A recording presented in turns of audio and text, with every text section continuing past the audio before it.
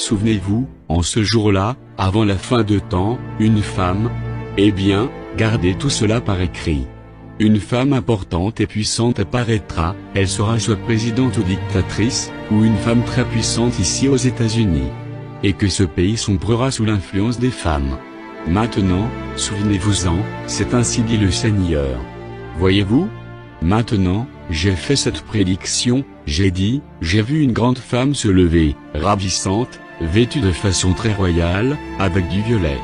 Et là, j'avais mis une petite parenthèse. Elle avait beaucoup de pouvoir aux États-Unis, peut-être l'Église catholique. Une femme, une certaine femme. Je ne sais pas si ce sera l'Église catholique. Je ne sais pas. Je ne pourrais pas le dire. Tout ce que j'ai vu la femme, c'était tout. J'avais prédit que les femmes deviendraient sans cesse immorales et que la nation continuerait à tomber, et qu'on s'accrocherait sans cesse à la mer, ou à quelque chose qui ressemble à une mer, jusqu'à ce qu'elles deviendront, qu'une femme deviendra une idole. Et d'ici peu, l'Amérique sera dirigée par une femme.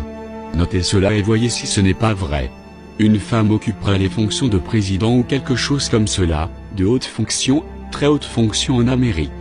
Et ainsi ceci, je n'aurai pas le temps de vous le raconter dans cette réunion. En 1933, ça c'est un pays de la femme. Son nombre est 13, il apparaît au chapitre de l'Apocalypse 13. 13 étoiles, 13 rayures, 13, tout est 13. Tout, c'est la femme.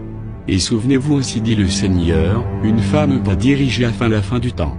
Elle sera soit présidente, soit vice-présidente, soit ce sera l'Église catholique en tant que femme. J'ai vu cela, une grande femme, la nation s'inclinait devant elle, il y en aura une avant le temps de la fin.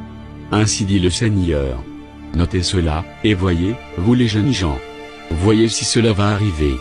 Si ce n'est pas le cas, je suis un faux prophète. Mathieu Mabar, vous êtes correspondant de France 24 à Washington. Mathieu, l'occasion de faire la lumière sur les modalités de ce transfert du pouvoir et puis sur le rôle précis du vice-président dans ce cas de figure. Oui, effectivement, et les mauvaises langues diront que pour la première fois depuis sa prestation de serment en tant que vice-présidente des États-Unis, Kamala Harris va se retrouver en première ligne. Au gré des présidents américains, le sujet du rôle du vice-président a toujours été sujet à commentaires, à critiques parfois et même à sarcasme, disons-le.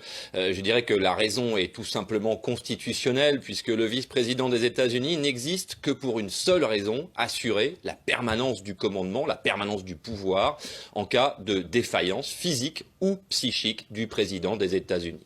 Joe Biden lui-même, vice-président pendant 8 ans, on s'en souvient, de Barack Obama, avait parfaitement compris ce rôle et on ne peut d'ailleurs pas dire que sous la présidence de Barack Obama, il ait brillé par la prise en main de dossiers majeurs. Certes, il apparaissait beaucoup plus souvent que Kamala Harris, notamment grâce à son expertise en politique étrangère, mais il est resté stoïquement l'homme de Barack Obama, le fidèle, 2 pas derrière le président et sans jamais déranger ni déroger d'ailleurs. Et donc Kamala Harris n'échappe pas à la règle. La Constitution prévoit à la virgule près ce scénario durant toute l'hospitalisation de Joe Biden à l'hôpital militaire de Walter Reed à Bethesda, Maryland. La pièce qui contient le bureau présidentiel pourra être occupée par la vice-présidente. Je précise bien la pièce et non pas le bureau lui-même puisqu'il existe une forme de coutume non écrite cette fois qui fait que seul le président élu s'assied derrière le Resolute Desk, c'est le nom du fameux bureau. Mais rappelons quand même que la santé de Joe Biden était un sujet bien avant son élection, à bientôt 80 ans.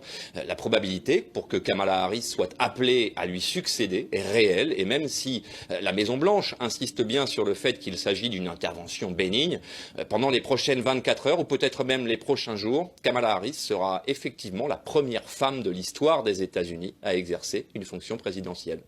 Mathieu Mabar en direct depuis Washington, merci à vous pour toutes ces précisions.